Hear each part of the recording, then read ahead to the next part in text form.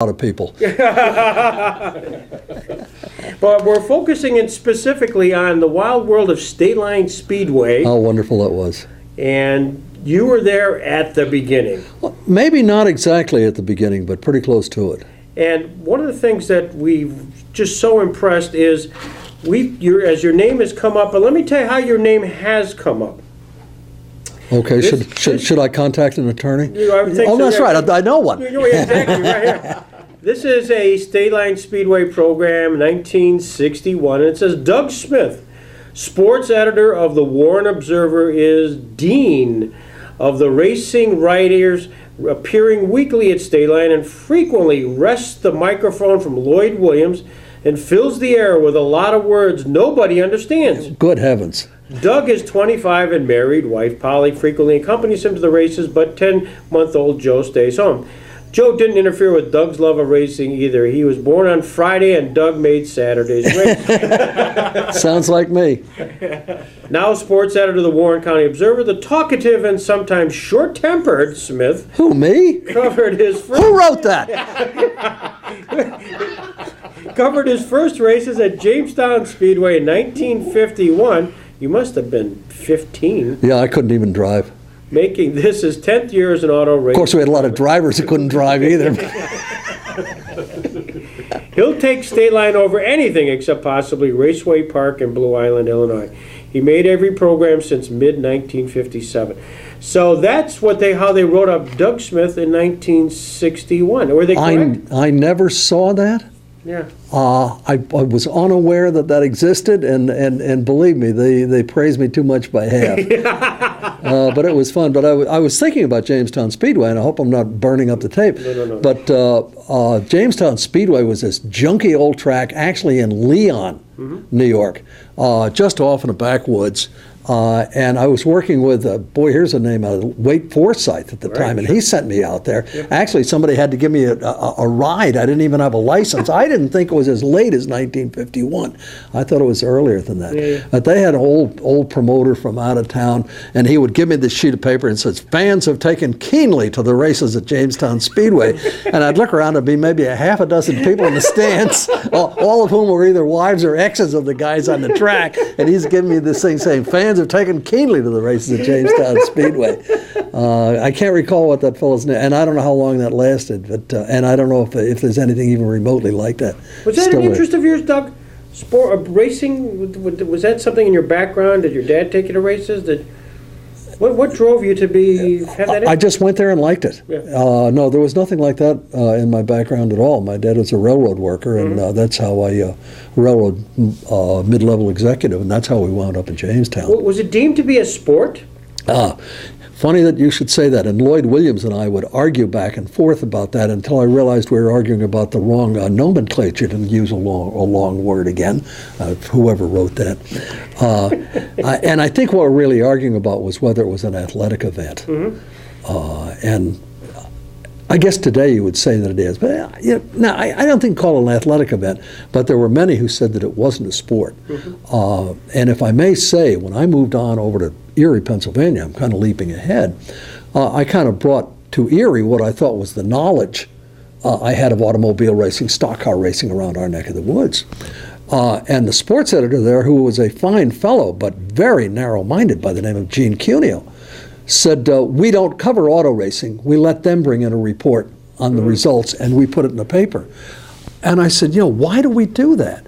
And he said, because it's fixed. It's all fixed, and anybody who reports on auto racing, is on the take. So the assumption was that it was a corrupt sport, and that it was on the and if you as a reporter were reporting on it, that meant that they were shoving your money under the table. That's how it was felt like over in Erie. Frank Hyde didn't feel that way, of course. And I was going to say, it made him a little bit unique in the sense of sending you out to cover it. Yes, he did. And he said, and Frank, when he sent me out there, he said there were a lot of people who, now, the first rule of journalism is news is anything that happens to the publisher or near him. So as a consequence, in Jamestown, a lot of it was simply political, and you had to cover the country club because that's where the publisher, so you wrote all that stuff for the pleasure of Jack Hall and the three people who knew him.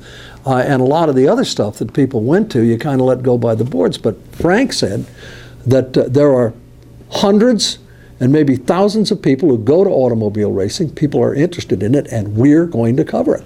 And this is exceptional to go out and cover it because the races at Stateline were on Saturday night, and we didn't have a Sunday paper.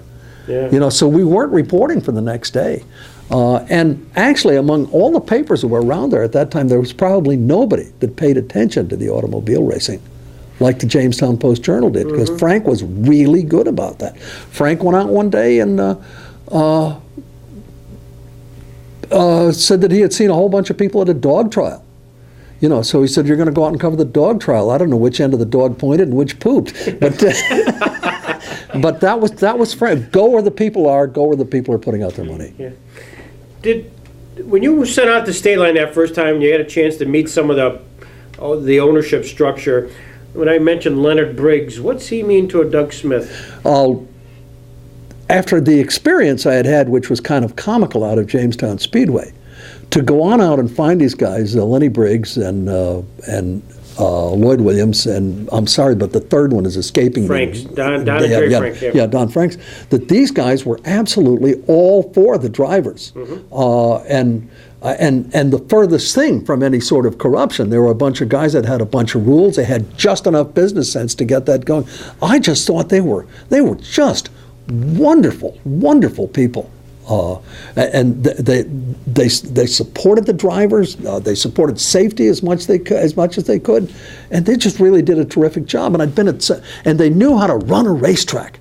I mean, so many of the other racetracks around there, in particular Rock and Roll Speedway in Frewsburg, or maybe up in Sherman or Cool Road Speedway, you'd go out and they'd run a race, and then they'd run a heat, and then it'd be maybe 10, 12, 15 minutes while they damped the track down and got the other cars on it. Stateline Speedway, boy, as soon as the checkered flag came down on the first heat, the second heat guys better have their cars ready to come out on the track, because they also knew how to please an audience, and that was to keep it going, which they did.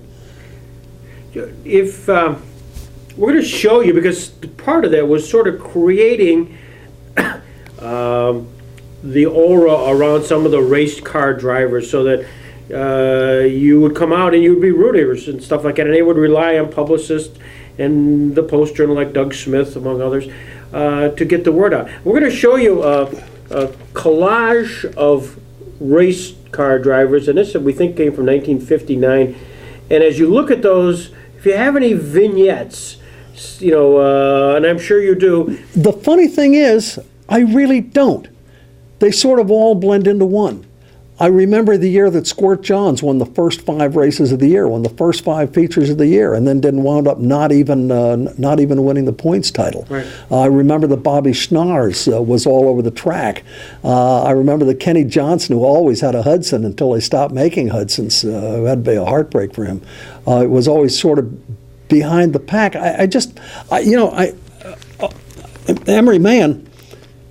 Emery Mann was kind of the Yankees of the time. He recently, he's racing upstairs now, isn't he? Yeah. Lovely man. And he was kind of, I believe Emery Mann was even up at Jamestown Speedway. I believe that he was. And he was kind of the Yankees or maybe the Chicago Bears of this. And if not a villain, at least a fellow who was so widely either loved him or you hated him. And because of his successes? Because of his successes and because of his very nonsense, get out of my way driving style. And that big 8-ball on the car, you'd never forget that. So that the first time I ever saw him in a coat and tie selling automobiles, I thought, who is this guy? He was a big guy. But you look at this guy coming down a track, and here comes the track accountant. It's got just with the big thick glasses, and he just became a different. It was like Clark Kent stepped into that automobile. Floyd Green, Tom Dill, Freddie Knapp. What I remember about 34. Is that right? At Jamestown Speedway. Yeah. 34. 34, but he wasn't 34 at the. 99. Oh. I remember it's being very consistent. Just a very consistent driver, and nobody. And I think perhaps the year that Squirt Johns won the first 5 features, I think he may have wind up winning the points for the year. Heil Russell from Kane, always a very stylish-looking car. Floyd Thomas from Mayville, if I recall correctly. And Floyd was almost always at the back of the pack. Almost anywhere I went.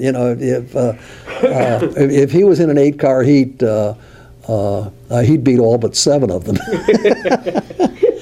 Gus Nelson, I don't quite recall. Eb Young, Eb Young was Bud Gardner. Bud Gardner, Clarendon, Pennsylvania? Yeah, you've got an unbelievable memory. Yeah, just across the border. I can't remember if it was Clarendon or Youngsville. Eb Young, Jim Feeblecorn, is he from Randolph? Yes. Yeah. Heil Russell, I remember what a really stylish-looking car and what a stylish-looking driver he was. Sammy Lamancuso, a fellow by the name of Lamancuso cuts my wife's hair now. As a matter of fact, my golf partner. I always wondered if he was related. 27L, isn't that correct? That's right. Yeah. I do remember seeing Emery roll over about 5 times right at the starting line on about the 3rd lap around, and thinking we'd never get out of that car alive, because they certainly didn't have the compartmentalized cars like they had today. And he got out, and Bobby Schnars, he was a long time getting his act together. He was a consistent 3rd turn spin out. For a long time. And then I don't know whether he got his car set up different once, but just all of a sudden one year, Bobby Schnars just came roaring. Just came roaring. He was like a home run hitter who strikes out a lot. Yeah. But you can't afford to strike out in stock car racing because you're out of Bud Finale, Carl Tyler, Jughead Pierce, I should remember him, Kenny Johnson. Kenny Johnson, absolutely, he's gone, is he not? Yeah. Yes. If he didn't go to heaven, all the preachers been lying to us.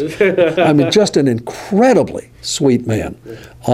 And loved his Hudsons, and had to move over. What did he move over to then? What did he move over to? Was Chevy when they stopped making Hudsons? I think Kenny drove a little bit of everything, including Fords. Yeah, but when one of the things that I was sorry that I missed, they had a big NASCAR race out at Stateline, and that was the year I got married. Oh, is that right? And they had that NASCAR race during my honeymoon, which I thought was very inconsiderate of them. So I missed that, and I guess NASCAR came in and just absolutely took these guys over the coals. I know that the Johns won a heat. They disqualified him for having a water pump in his back, in the back of his car that wasn't even hooked up. But the only local driver, I mean, the NASCAR is going to take care of their own, but the only local driver that won a heat was Kenny Johnson, which was stunning to me. Mikey, let's see, Jim Patrick with a mustache, and Dean Layfield. You know, what can you say about Dean Layfield? Hey, just a marvelous, wacky guy, a lovely wife. Did he or was he not killed when a stone came through his windshield? Right. Oh my! And I think everybody liked Dean. Everybody liked Dean. What was his because he had some brief, because of his life was brief, success at Stateline. How did the other car drivers treat him? Oh, very well. Yeah. To the best of my knowledge, they treat him very well. This is funny. Quite a few years ago, I had a serious eye operation, and I was awake during most of it. So I'm lying there, and I heard the doctor say, "Oh, we got about 30 minutes to go." So to work off those 30 minutes, I started counting down in my head, 1800, 1799, 1798. When I came to 916, I thought of Dean Layfield. And later told people, what did the doctor do? I said, he worked on my eye for 2 hours with a darning needle and a 9/16 wrench, which of course is how Dean, I guess, what that number meant. Yeah, I really don't know what the 9/16 really meant, all that. What did Oh, the 9/16 stood for a wrench. Oh, did it? Yeah, 9/16 wrench. No, terrific. Yeah. What did 511 mean to you? Well, 511 just meant a guy that came up there and won everything. Yeah. You know, Stanley Squirt Johns, big orange pumpkin car, big black lettering on the side, and a very fair, very fair but hard-working driver that you could start him 30th in a car in a field of 20, and he would work his way up there. He had a nose for the lead. He had a nose for the lead. What was your normal routine, Doug, during that time period of Stateline? How'd you prepare, if at all, or what was a normal day at Saturday when you went up there? Later, when they started Eries, we used to take the kids over to Eries as well, and then I worked. Then I worked both tracks. Pretty routine. I'd get there like about 5:30 or 6 o'clock and go up and get all the numbers. Although by the end of the third week, you pretty well had them down. Right. And go down and maybe talk to a couple of drivers a little bit. But these were old days of sports writing, and what you did in the sports writing was, and I know this is a radical concept today, but you actually reported on what happened and who won, Wow. rather than today's trade as to who's sleeping with who or who had a cup of coffee in the morning. And you damn well better get into the first paragraph of your story who won. I mean, I'm reading a basketball story today. I'm a college basketball story. I can tell from the headline, but I'm down to fifth paragraph. I still don't know who's won the game or what the score was. Right. So basically speaking, you kept track of what was going on and tried to find some good move, and maybe you went down and talked to some driver a little bit, and then I went home, and then I went in on Sunday night, as we worked like from 5 in the afternoon to 1 in the morning. Usually that would be the first thing I would do on Sunday was to go in and write it up. One thing, and Stateline was a pioneer in this, was giving fellows guaranteed money for bringing in a brand new car. Ah. Did you know that? Yes. Yeah, yeah. You know that what I think, if it was 1958, if you had a 58, you got $100 just for showing up, and you had a 57, you got 75 or something like that, and that was radical as well. Just a nice, clean, well-run track. Those tight turns just made it tremendously exciting. Did you have much access to the drivers themselves so that you got sort of an esprit with them? I'm sorry to tell you that no, I really didn't. I wasn't shut out a lot, but I just wasn't really certain that I belonged down there. Right. I'd ask someone how their car was working, or where they'd gotten this car, or how they worked this. I'm really just. I think that in today, I mean, to me, the event was everything. Who won and how they won it. Right. As an observer. Yeah. Fan in the stand. Yeah. Who won and how they won it. And I really. I might get a quip or a wisecrack out of one of these guys from time to time, but generally speaking, it sounds radical, but I restricted myself to reporting what was happening. Did you go in pits afterwards to try to get a quote or two? Yeah, you might. Yeah, you might, but my wife was with me, and usually I kind of you had about 15, 20 minutes while the parking lot cleared. Yeah. But I would go down and maybe get a little quote. Layfield was always funny, and Squirt was pretty taciturn, and Emery was pretty straightforward. And so, I'm sorry that I don't have more of that for you, but just not a whole lot of that went on. Where did you stay? And did you go with the announcers? Yes, yeah. And then one day I think Lloyd's bladder weakened on him, and he said, any chance you could handle this? And probably the worst movie ever made. So I usually did 1 or 2 races, and that was a lot of fun. I remember one day I horrified everybody. We had something we needed to get pinned up in there. We needed a safety pin. I made nothing. I said, any woman down there whose straps are holding together by themselves, could we have a safety pin, please? And Lord, you can't say that. It was the 50s. Yeah. I love it. Did you enjoy that? The announcing aspect? I mean, obviously you professionally become a tremendous announcer, TV personality, all this stuff. But was that sort of a segue where you went from a writing aspect to, Lloyd Williams handing you the mic and saying, here? Strictly speaking, and I honestly don't believe that I ever got any money for that, although I did get paid for announcing at a few other tracks, including later Wattsburg Speedway. So strictly speaking, a conflict of interest by the rather narrow standards that you had today, where you can't even take a cup of coffee from somebody without somebody thinking that, as Gene Cunha used to say, you're on the take. But it seemed like it was something that I could do, and it was fun, and I do it. You heard Blue Island, Illinois mentioned. I lived one summer in Chicago. I wasn't that far from a track called Raceway Park. Yeah. And I'd listened to their announcement. It just seemed like something that could be done, and I guess I did. Although, it occurs to me now, I must have been doing it full time for somebody, and I can't even recall who. It might have been Eries. Right. Because I knew, because after the first night of racing, I couldn't talk until the following Thursday. Was that right? But then after the second night, I usually get my voice back on Tuesday, and after the third night, then I was okay. You do the whole card? Yes. Yeah, but it's funny, I can't, but I must have. Or at least the feature. I must have, because I can now remember that it took me about 3 weeks to get my throat. Do you get a sense anybody was listening to you? With the feature, I'm just thinking about my own experiences in the stands. There was so much noise going on, and all you had was this sort of clutter. Did anybody ever come up with you afterwards saying you blew it or you made a mistake, so they'd actually?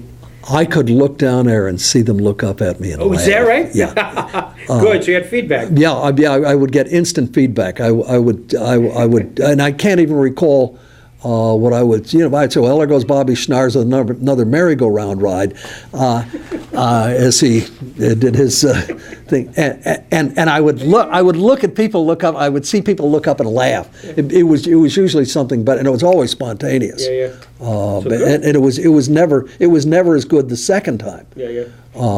I believe that I was announcing when Emery did that five-way roll. It just that was just horrible. As you know, we're here at Hilbert College, and I do the games here. I'm 74 now. If I'd known I was going to live this long, I'd have taken better care of myself. But I've learned now here at Hilbert, once we get to about the last 15 minutes of the game's close. I don't say anything. I do what I say. Let the game generate its own juices. Right. And I've been at colleges where every now and then somebody's really getting excited, really pump it up. I said, they don't need me to pump it up.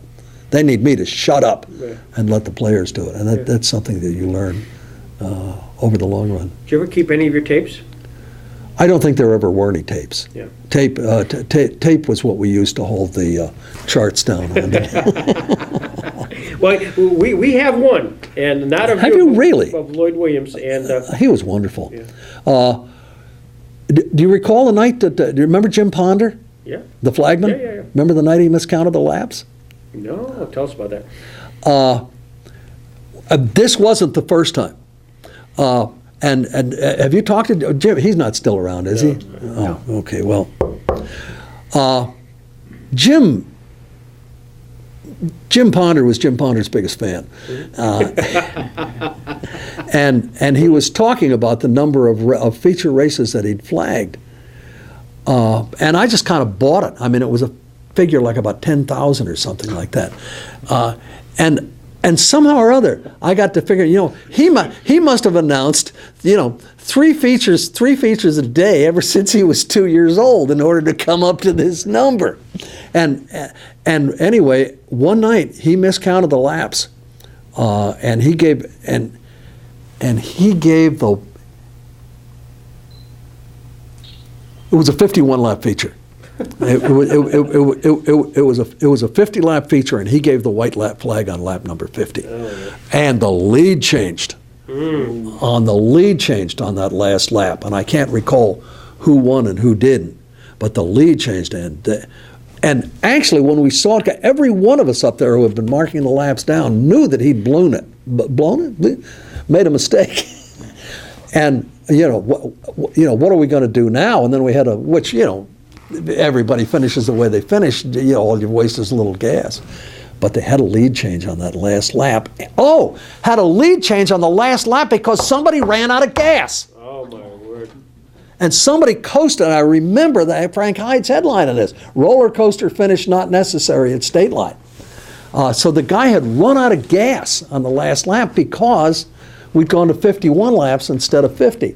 And Lloyd, can you imagine what Lloyd and Leonard and the rest of them did? I don't know who they awarded the race to, but both guys got first place money. Yeah. They absolutely ate it themselves. Yeah. And that's the way they operated, and that's why they stayed in business that long. Yeah. Gosh, if it's going to happen, watch this guy has about 2 years left there, Doug. He'll have it up shortly. Yeah. During that time period, there were guys like Marv Thorpe from Sugar Grove. We had guys, John Seeley, we talked about that. Were there? You get a sense that there were the haves and the have-nots? Yes. And who were the haves? Squirt. Emery. Freddie Knapp. Eventually Schnars. And you got the middle of the Packers, Lemon Cuso for one. And then you got the guys like Floyd Thomas, who just, you just absolutely had to love them. But they just never were going to get up there. They were roller coaster finish not needed. Schnars wins. Oh, for heaven's sakes. Good. Several years before the automobile was invented, a guy named Bill Shakespeare, having nothing better to do one day, dipped his goose quill into whatever passed for ink and wrote, "To err is human, to forgive is divine," or something to that effect. So much for getting the name of the guy who won the race in the first paragraph.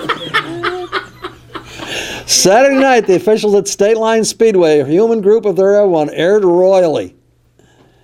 But here's what happened. And this, oh my goodness, Bob Schnars, driving the race of his 21-year life, led of the white flag was dropped. Just as he passed the starter when the drive shaft gave up the ghost. I thought he ran out of gas. Left nothing but neutral. Easily passed by Russell, who had been dogging him since the 11th, and Woody McCracken of Ridgeway finished fourth. But when the score sheets had been rechecked, they showed the white flag had been dropped after 25 laps. The Schnars led at the end of regulation distance. And they're, why sure, if he led, he was to, gosh, I never won a feature event anywhere. And I had to cheat to win this one. I'm still mad at that drive shaft. Gee, oh my goodness gracious. Oh my, 25. Oh, gee, I actually could write a little bit. I wonder what the hell happened. Oh, this is marvelous to see. And 6/27/35, that's on my birthday. Is that right? Yeah, Wow. yeah, I'd have been, goodness sakes, 24 years old. We'll make sure you get copies of this, Doug. Oh, that's wonderful. Thank you so much. Oh, thank you. So, I can't believe you can. Oh, my. Okay, now, you got something here. I told you that story. I always felt a little bit cheesy about it.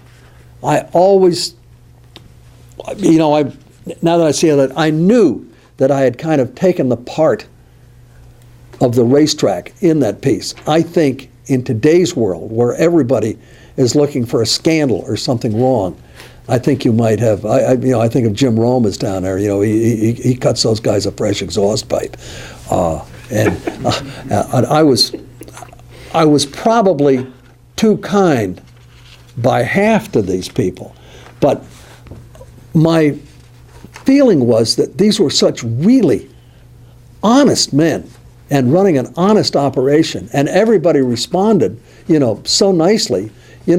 It certainly wasn't the part of 24-year-old Doug Smith to take these guys apart, so I didn't. But I looked at that, and maybe I was a little soft on them. But by the way, this was not the first time this ever happened with Ponder, but this was the first time that ever really had consequences. Read the last paragraph on that story, Doug. Conversation Another one from you wrote. behind. Yours truly to anybody who thinks Sunday's feature at Skyline went more than 50 laps. No, everybody in the judges' stand, 4 of us, and both starters had 50. I've still got the check sheet to prove it, if you'd like to take a look. Again. Yeah. Isn't it funny? I've got a lot of quotes in here. I must have spent more time in the pits than I thought I did. Read that story is nothing but driver quotes. Yeah, man. One right after another. Yeah, my goodness gracious. Oh my. And it's good stuff. No, by it's good stuff, it's not a bunch of farm boys. Yeah. And this is guys putting good sentences together. And these were pre-redneck days. I think stock car drivers were held in even less esteem than they are today. Ken Jalopy, 47 Lundmark. Eddie's the Aunt Nelson. This sentiment.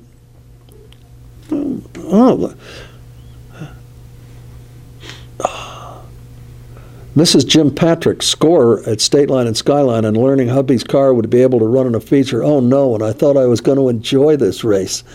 Oh, this is great stuff. Oh my, gee whiz. This is all part of the wonderfulness of putting together this documentary, where we've had an opportunity to. I'm reminded of this, but it's not foremost in my thoughts, really. That I got all this stuff out of this. Yeah. Oh my. Well, was this you did this for a significant part of your writing career? I mean, you covered this. I guess right up through the mid '60s. You were. I left Jamestown in '61. I went to Warren, and I was in Warren 1 year in '62, and then I went up to Erie, where some, God love her, but just barely literate gal named Marty Kay came down and provided us with the results from the track, and they were just. I don't know what her first language was, but English was definitely her second language, or maybe even third.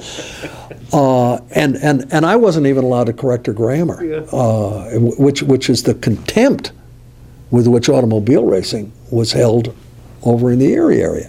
And I don't think around Jamestown we had a bunch of dumb farm boys, run automobiles. I like these guys. I really like them a lot, and I'm so pleased to see that. I'm reminded of how much I like them, and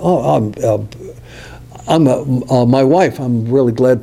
Very soon, my wife will be as old as I am, and she's going to get the biggest kick out of reading that stuff. And I remember one time she came out to the track. It was summer, and she came out with a pair of shorts. Now, in those days, shorts were shorts. I mean, they came down mid-calf, but they let her be the Playboy girl who rode around the track and displaying the trophy before one of the races, and everybody whistling it. Oh, that was great. And the kids like it. And I go to Ransomville every now and then. Took my granddaughter up there, and she just and she enjoyed it a lot. Oh, that's wonderful. Was there one driver during that time period where you kind of like? You hate to say you're trying to be objective, but at some point you can't help but be human and be subjective and say, gosh, I'm kind of rooting for this guy. I always rooted for Kenny Johnson. Did you? Which is kind of like rooting for the Pirates. Yeah. He was just such a nice guy, and it seems to me that he lived fairly close to me as well. So I always rooted for Kenny Johnson, but among the other ones, I really, honest to goodness, did not have anything even remotely resembling a favorite. I got guys I remember more than others: Squirt and Emery. Funny though, Freddie Knapp. Freddie Knapp was so unspectacular that is just consistently good that he had more or less fallen out of my head. Yeah. Sammy Lamancusa because of the weird number on his car, the 27L, and of course Dean. God bless Dean. Love Dean. Yeah. Well, who's that? Ponder? No. Well, let's. A little backdrop. Every driver we've talked to, we always ask a question, and the question comes like this. If you were on the last lap of the feature and there was one person dogging you who you least wanted to have next to you going into that last lap, who would it be? And there's one driver that consistently, without question, is the answer to the question. And I wondered if you would have a sense, a very aggressive driver who didn't mind pushing you out of the way in order to win the race. Well, he didn't get into second place that often, but Larry Parmenter, for one, he was from Northeast, and Larry did some work on my roof, and I had a tremendous fear of heights, and Larry actually taught me how to walk on a roof. And 3 weeks later, fell off himself and was injured fairly badly. If it was a debilitating injury, I wouldn't be able to tell with a lab. But the guy who taught me how to walk on a roof fell off and really damaged himself pretty badly. But he didn't get into second place often enough to do that. I'm running back through my heads. I cannot think of a single driver there who was good, what I would think of as being a dirty driver. I really can't think of, but I would probably tend to say Emery. Well, no. But here's the guy that gets consistently the one, number 51 from Erie, Pennsylvania. Tom Dill. Absolutely. It's unanimous. I've got a feeling that we may not have begun to see Dill at Stateline until, now, I sort of left from Stateline at 62. So I don't think I saw him a lot. Just curious, because it's been funny for all of us, because we split a gut. Same answer, same question, different driver asked. And we've interviewed Tom Dill, and he just laughs about it. And says, yeah, that's the way it was. Yeah. It was racing, that type of thing.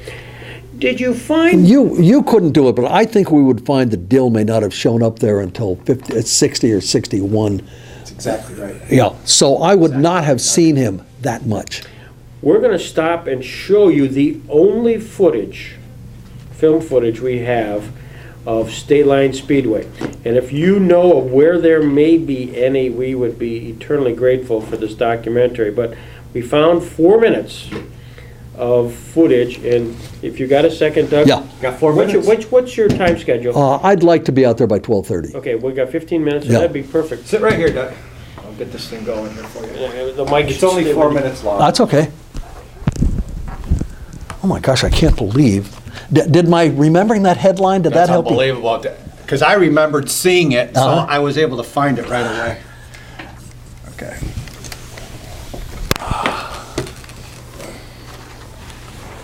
Oh, No my. sound, so we can. What was the length of it? Was that a third of a mile or was it 3/8?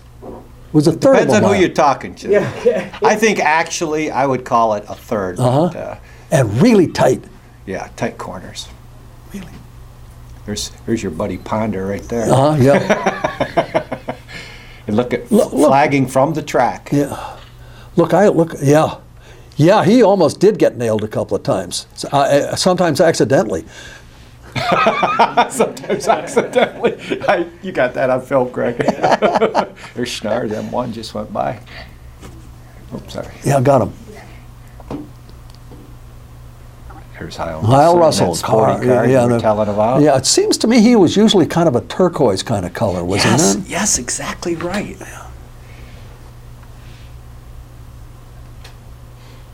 There's the 8 ball. Yeah.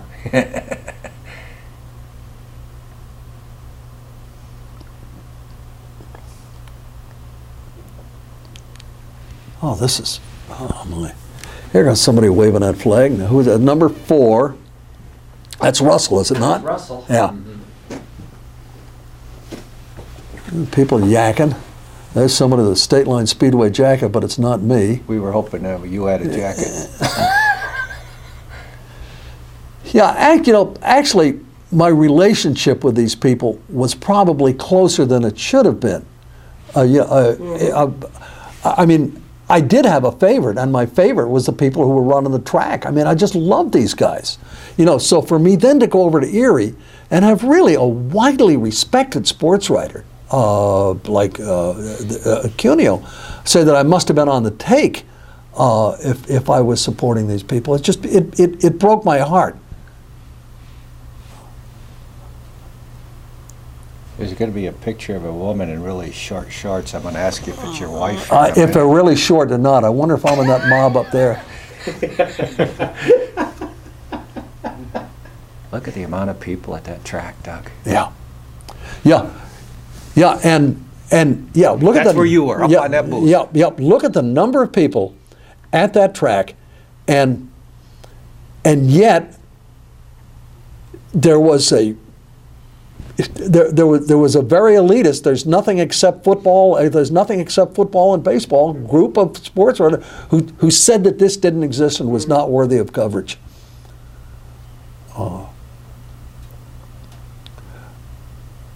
Or that they just come out there to to see the cars crash, and actually there were not that many wrecks. Oops, somebody's losing it over there. And checkered flag goes to, I don't know, I can't pick it up. But, like that shows there, I was 22, 23, 24 years old. And I mean, to me, somebody like Ponder was practically God. And I believed almost anything he told me until I sat down and did the math.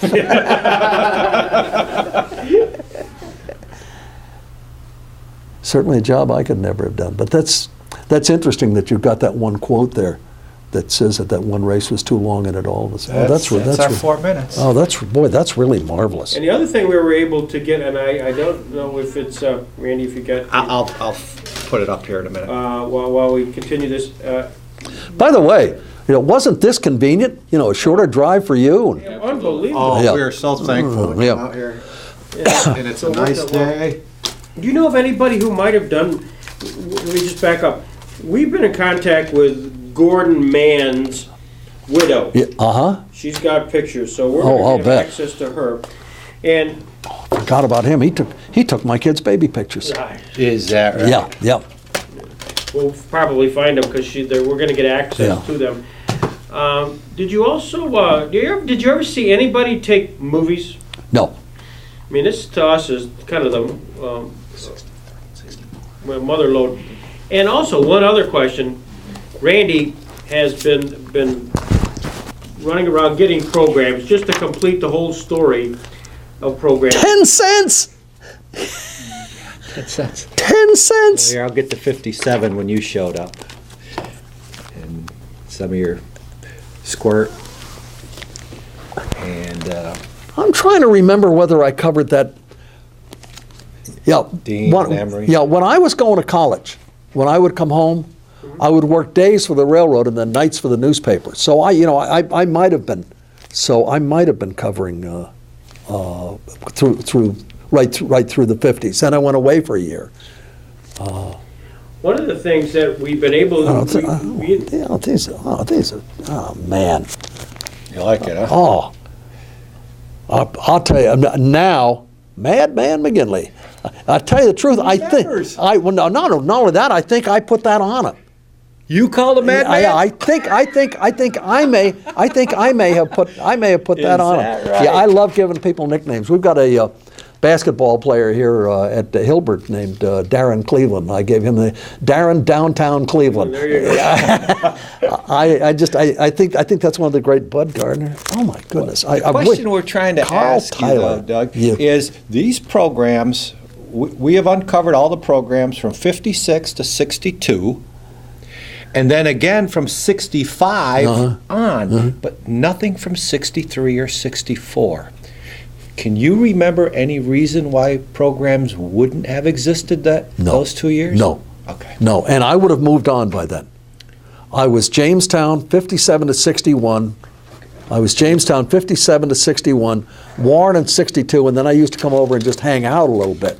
But I wasn't covering. Okay, so you were in Jamestown 57 to 61. Actually, you want to put I was Jamestown 48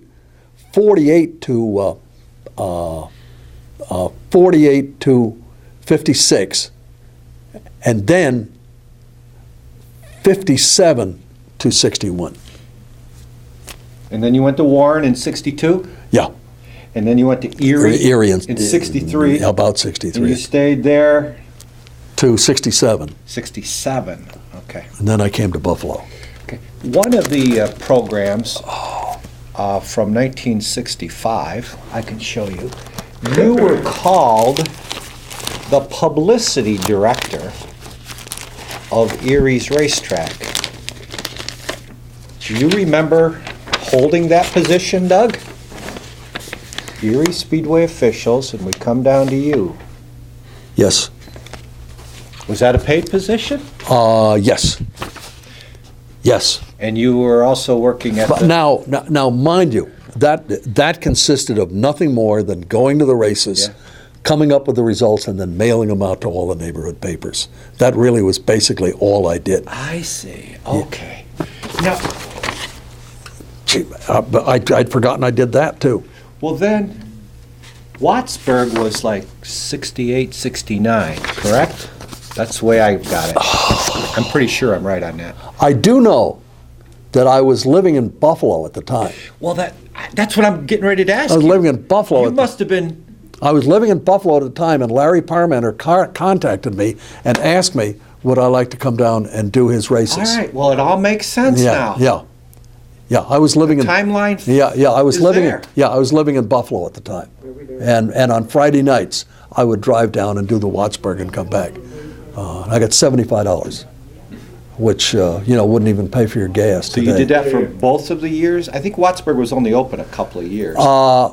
About halfway through the first year, he told me he just couldn't afford that anymore. Oh. So I don't think I did Wattsburg more than 6 or 8 times. Oh, okay. I don't think about more than 6 or 8 times. Okay.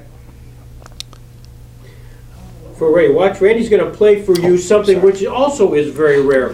The backdrop was, we're always wondering whether there was any... There's no video, it's only audio. Okay. Whether there was any radio at all, any announcing that was caught on, and Bobby Schnars had one photograph of a 1959 race by Lloyd Williams. Lloyd, what a great guy. How come it's, what's going on here, Greg?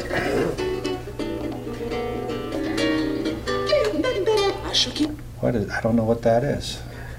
That wasn't That is not what I thought it was. done again. Anyways, Lloyd Williams. What is this? I get that a lot. Doug's there, yeah. You gotta give me a minute, Doug. I don't know Anyway. what I have here. Well, it was fun, but Bobby Schnars, of all people, says, I got something that comes out with a brown envelope, within the brown envelope, black photograph, and it is... Looks right. It's incredible that all of a sudden Lloyd Williams with the backdrop announces the lineup and announces the whole 25-lap race, and wonderfully, Oh, yeah. here's the end game of it. And if that, Mandy, I've got mine, I think, here too. Well, I don't know why this isn't happening, Greg. Here it is. Now it's coming. On your feature event, 25 laps. On the pole is car number 98, Brett Benelli of Jamestown, New York, a 1957 Chevy. Off the pole, car number 20, Steve Warner of Titusville, PA, a 1956 Ford. Second on the pole, car number 20. Or car number 40, rather. Herb Gustafson, I understand, is from Titusville, PA. Off the pole, it's car number 96, Leon Lindstrom in Northeast PA, a 1957 Ford. Third on the pole, car number 102, Bud Gardner of Warren, PA. Off the pole, car number 220, Chuck Piazza of Jamestown, New York, a 1956 Chevy. Next on the pole, car number 1, Marv Thorpe of Sugarville, PA, a 1956 Ford. Next off the pole, car number 12. Bill Jackson of Titusville, PA, a 1956 Ford. Next on the pole, car number 68, Jim Scott of Grand Valley, PA, a 1957 Chevy. Next off the pole, car number 21, Billy Layfield of Wallsville, New York, a 1956 Chevy. Next on the pole is car number 69, Don Strain of Ripley, New York, a 1956 Ford. Next off the pole, car number 37, Jim Hakes of Rock City, New York, a 1957 Ford. Next on the pole, car number 133, Jim Patrick of Wellsville, New York, a 1956 Ford. Next off the pole, car number 16, Kenny Johnson of Jamestown, New York, a 1957 What was he doing so far back? Next on the pole, car number 30, Gene Mayfield of Wellsville, New York, a 1957 Supercharged Ford. Next off the pole, car number M1, Bobby Snars of Buckeye, New York, a 1956 Chevy. Next on the pole, car number 8, Emery Mann of Warren, PA, a 1957 Chevy. Next off the pole, car number 27L, Sammy Lamacuso of Jamestown, New York, a 1957 Golden Hawk. Next on the pole, car number 28, Paul Wilson of Jamestown, New York, a 1956 Ford. Next off the pole is car number 22, Ab Young of Titusville, PA, a 56 Ford. And pushing the field, car number 4, Hal Russell of Kane, PA, a 1956. Pushing the field. Boy, that's a... First place is 554 with 554 points is Hal Russell. Second, Squirt Jones with 550. Third, Dean Mayfield with 448. Fourth, Bobby Snars with 352. And fifth, Henry Mann with 328. I don't think I'm going to be able to listen to all this. No, we're gonna stop. We're Okay. gonna stop. We just wanted to be sensitive, but, you know, it's for us, we're having lots of... From here, we'll see what Jim Ponder takes them as they come out of the fourth turn and down the stretch for the start of the feature event. 25 laps to go. 25 laps, your starter Jim Ponder looks them over, and they're off. Wow, listen to that.